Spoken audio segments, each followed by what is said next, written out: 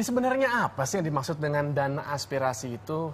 Kita tahu sama-sama bahwa sebenarnya kan DPR sudah memiliki ada juga dana tunjangan-tunjangan seperti tadi sudah disampaikan yang sebenarnya itu adalah untuk kebermanfaatan masyarakat di daerah pemilihan juga. Nah, pagi hari ini kita akan coba berbincang-bincang. Kita langsung mengundang anggota dari Komisi 5 DPR kebetulan dari Jawa Tengah. Ini adalah Pak Nusirwan Suyono. Selamat pagi, Pak.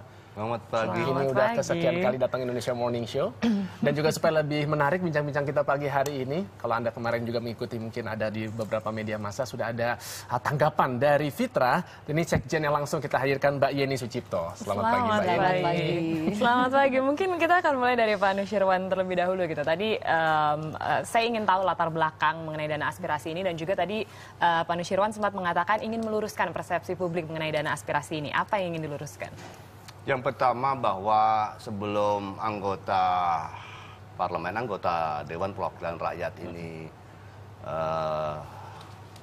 menjalankan tugasnya, dia disumpah. Di dalam sumpahnya itu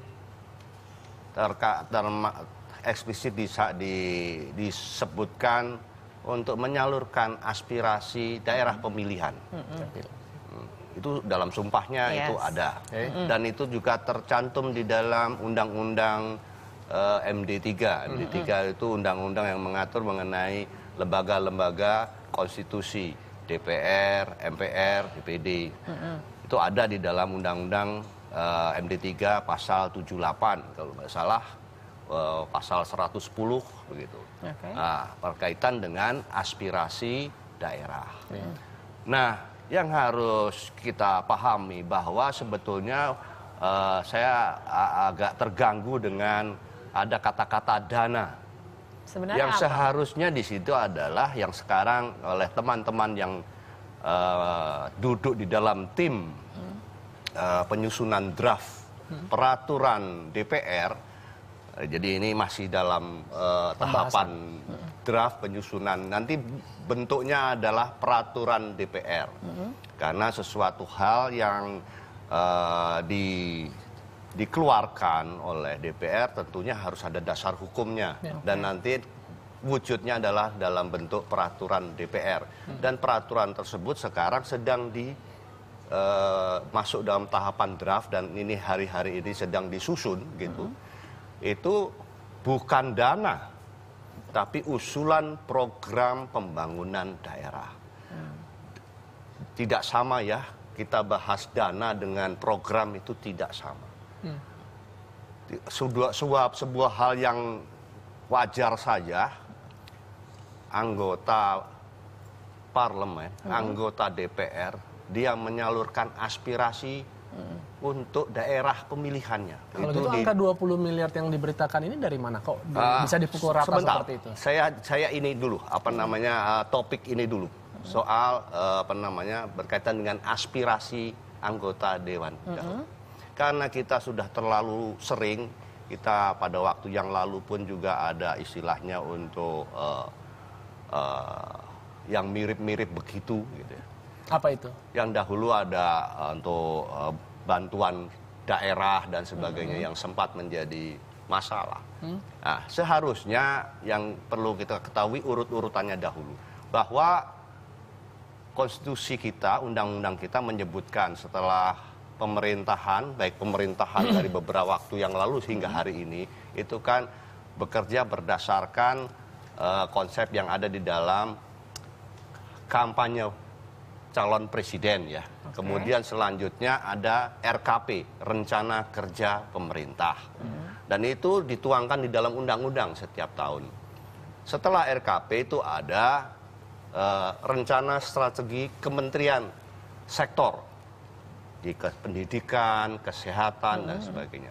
Sehingga program yang kita bahas pada hari ini, yang kita omongkan pada hari ini, itu sebetulnya juga tidak masalah. Semua boleh mengusulkan, semua anggota parlemen, anggota DPR itu sah-sah saja dan wajar dia menyalurkan aspirasi pembangunan di daerah pemilihannya. Termasuk Pak Nusirwan juga yang termasuk mengusulkan. Iya, jadi misalnya sekarang melihat ada sebuah kekeliruan atau kesalahan di dalam atau ada yang tidak berfungsinya, apakah itu puskesmas, apakah itu sekolahan.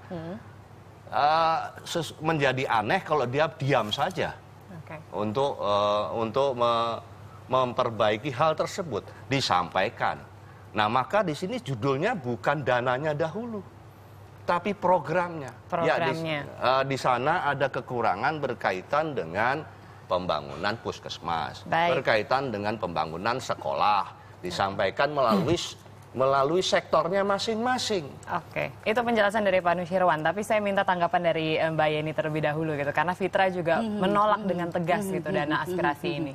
Oke, kalau kita beracuan pada Undang-Undang 17 2003, salah satunya kita mempunyai catatan kritis bahwa dana aspirasi atau boleh dibilang program gitu ya, nantinya mungkin dilekatkan di dalam transfer fiskal untuk daerah begitu kan. Nah ini kan kita melihat ada mekanisme hubungan keuangan pusat dan daerah yang ditabrak begitu kan. Tumpang tindih. Tumpang tindih itu. Karena apa? Kita sudah melihat bahwa ada beberapa transfer fiskal yang itu dari pusat ke daerah dalam bentuk dana perimbangan. Dalam bentuk dana perimbangan itu apa? DAU, ada DAK, kemudian ada dana bagi hasil. Belum lagi untuk transfer fiskal yang lainnya adalah otonomi khusus dan dana penyesuaian. Nah, yang kita lihat adalah ini indikatornya apa? Karena kan paling tidak kalau melalui transfer fiskal pusat ke daerah dalam hal ini yang mengajukan adalah kawan-kawan di DPR. Indikatornya apa? Jangan-jangan ini ada tumpang tindih dengan indikator di dalam dana alokasi khusus dan dana penyesuaian. Di mana saya contohkan saja, dana penyesuaian itu banyak itemnya ya. Dana penguatan infrastruktur dan penguatan dan infrastruktur untuk daerah. Ada dana desentralisasi fiskal. Tetapi itu hampir sama sebenarnya dengan DAK. Yang tadi disampaikan Bapak bahwa ini berkaitan dengan sektor, begitu kan. Kita tahu di dalam dana alokasi khusus itu ada 17 sektor. Ada sektor untuk kesehatan, untuk pendidikan. Nah, kalau kita beranggapan bahwa kenapa harus diajukan? Kalau bisa ini adalah memperbesar dana alokasi khususnya saja. Kita tahulah mengaca di APBNP 2015 gitu lah. DAK-nya sudah diperbesar oleh pemerintahan gitu loh.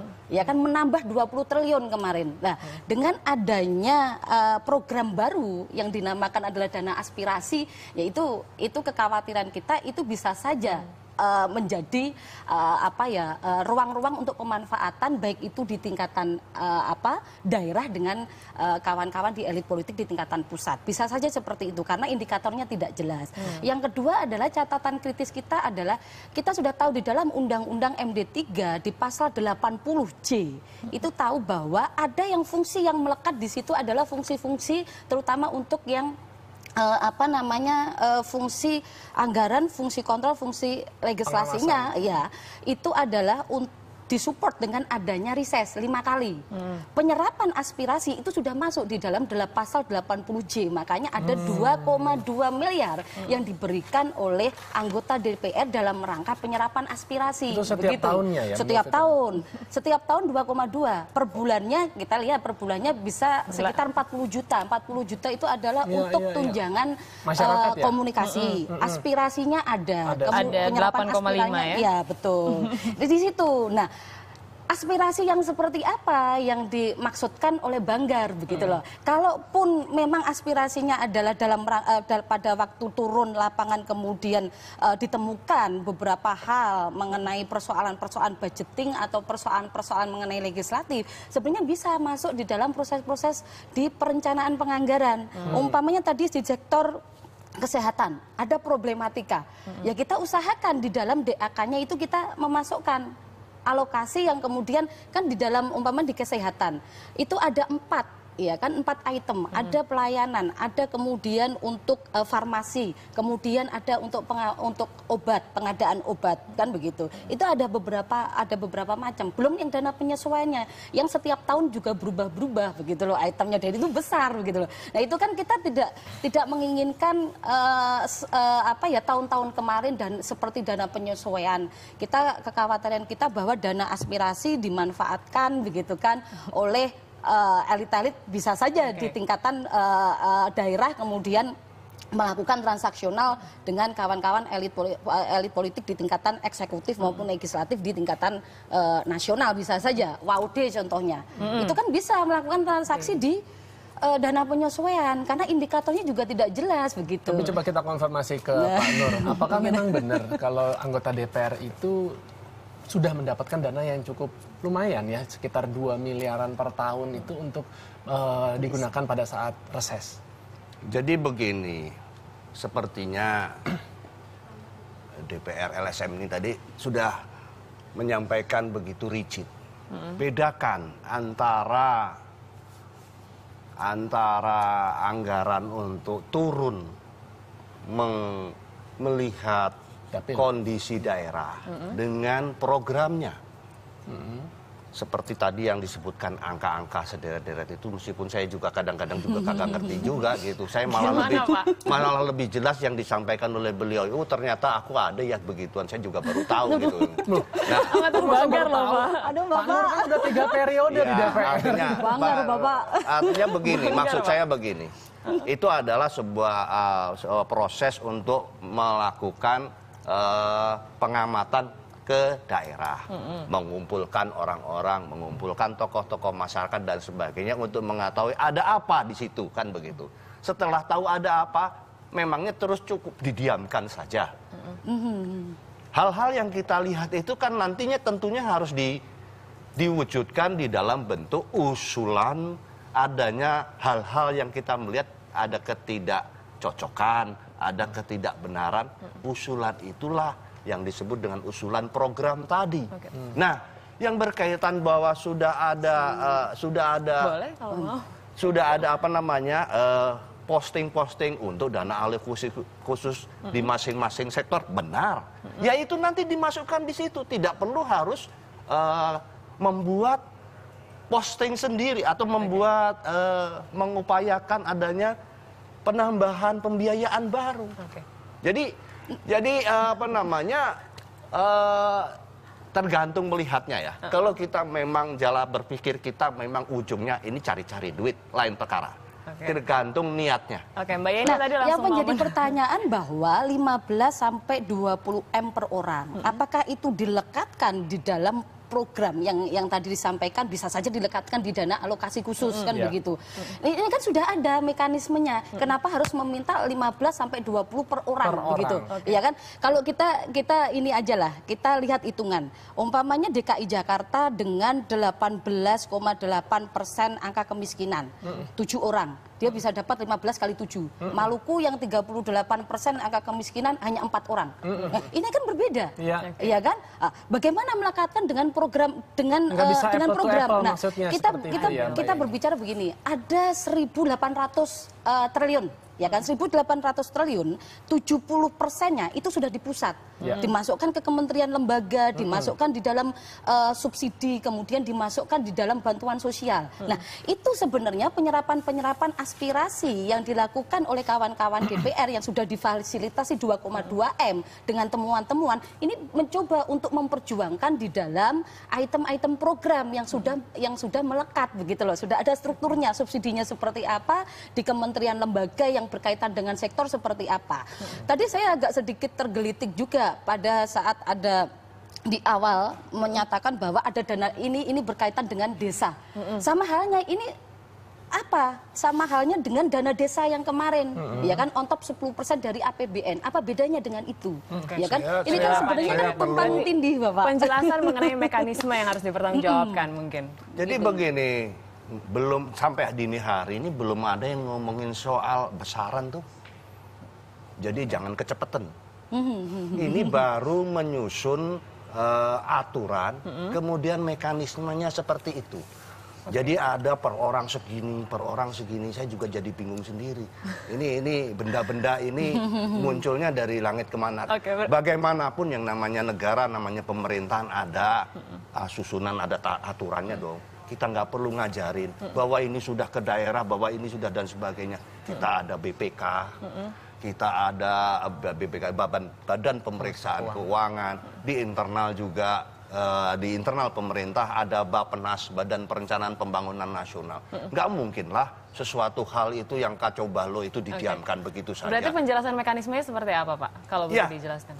Mekanismenya ini yang sekarang sedang disusun ya, dan itu tim ini yang sudah diputuskan di paripurna untuk menyusun draft aturan itu, kalau kami kebetulan saya tidak menjadi anggota penyusunan draft itu, nanti dibawa di badan legislasi, ya toh. Nanti di aturan itu nanti baru nanti akan disahkan kalau itu memang selesai di badan legislasi. Jadi ini apa namanya, sabar. Jadi nggak usah terlalu Ojek ke susu. bukan begitu. Kalau kita pun juga Mencegah lebih bagus. mencegah lebih bagus, ya Pak, mencegah itu lebih baik, benar. Tapi jangan kita negatif thinking dulu dong, gitu. Ya, ini dan bukan sesuatu hal yang baru kok. Ini maksudnya baru tuh begini, bahwa dahulu ada dana alokasi khusus, tentu sudah sangat dipahami, ya toh. Ada untuk cadangan nasional untuk bencana juga sudah ada. Kalau soal tuburukan satu program dan yang lain, kan sudah ada instansi yang mengatur itu. Tidak mungkin sangat menyalahi aturan apabila sama-sama membuat sekolahan pada titik dan lokasi yang sama. Mungkin maksudnya bukan negative thinking, Pak Nur, tapi mungkin juga kita memotret apa yang terjadi hingga saat ini. Buktinya, ya mudah-mudahan sih bukan Pak Nur, banyak anggota DPR yang justru juga malah di masa-masa reses tidak turun ke dapil, padahal sudah memiliki fasilitas yang begitu baik yang seharusnya dimanfaatkan untuk masyarakat. Benar nggak, Pak? Ya, saya tidak bisa. Nanti kalau udah mau menjelang pemilihan baru rame-rame turun ke dapil. Sebenarnya gitu. apa yang tadi ingin memperjuangkan kan sebenarnya kesejahteraan rakyat. Itu baik. Sebenarnya kalau tidak mengajukan gitu kan dana aspirasi atau program nanti aspirasi lah, buat rakyat, lebih baik memperjuangkan umpamanya 5% dana kesehatan dari total APBN yang saat ini masih stuck 2%. Lebih baik itu yang diperjuangkan. Kemudian memperjuangkan kedaulatan pangan yang kemarin cuma under 1 triliun gitu loh. Itu dulu yang prioritas kemudian begitu ya, makanya Mbak kan teman-teman Formapi gitu kan berbicara bahwa Tapi ini tidak sesuai dengan kinerja. Sebetulnya hal yang gitu. disampaikan oleh Ibu ini itu pun juga dikerjain. Cuman bedanya Fitra, Hormati dan sebagainya lebih lebih hot untuk menyoroti soal itu. Jadi Mbak tidak melihat apa yang sudah dilakukan untuk hal-hal yang tadi disampaikan, untuk menaikkan kedaulatan pangan, untuk menaikkan soal itu sudah dikerjain. Mungkin itu ada, tapi forum yang kan lain, forum ini tidak begitu suka untuk membahas hal itu. Lebih suka urusan ngomongin dana sama program saja, buktinya judulnya hari ini kan dana aspirasi. Padahal kagak ada, Mas, jangan salah. Bukan dana, tapi usulan program pembangunan daerah. Yang pasti harus kemudian transparan ya, Pak. harus dicatat ya, dana itu nggak ada, kita nggak bisa loh. Legislatif itu tidak bisa mengolah pembiayaan karena itu ada di wilayah eksekutif. Itu konstitusi loh. Jadi kalau katakanlah ada disebut, ini tadi pura-puranya saya mendengar ada 20, ada 10. Itu ngomong usul boleh saja ngomong. Dan itu tidak berwujud pembiayaan. Wujudnya adalah program. Jadi pokoknya kalau gitu masyarakat bisa lebih bernafas lebih lega bahwa itu semuanya hanya letupan-letupan yang belum bisa dikonfirmasi, ya kan? Tapi tidak, usulannya dimasukkan di dalam APBN 2016. Itu kan usulan ya, tapi kita dari Fitra kita mencoba untuk mencegah itu masuk di APBN 2016. Makanya kita bahas hari ini, tapi mohon maaf memang waktu kita terbatas. Tapi terima kasih atas informasinya dari Pak Nusirwan dan juga Mbak Yeni. Terima kasih banyak.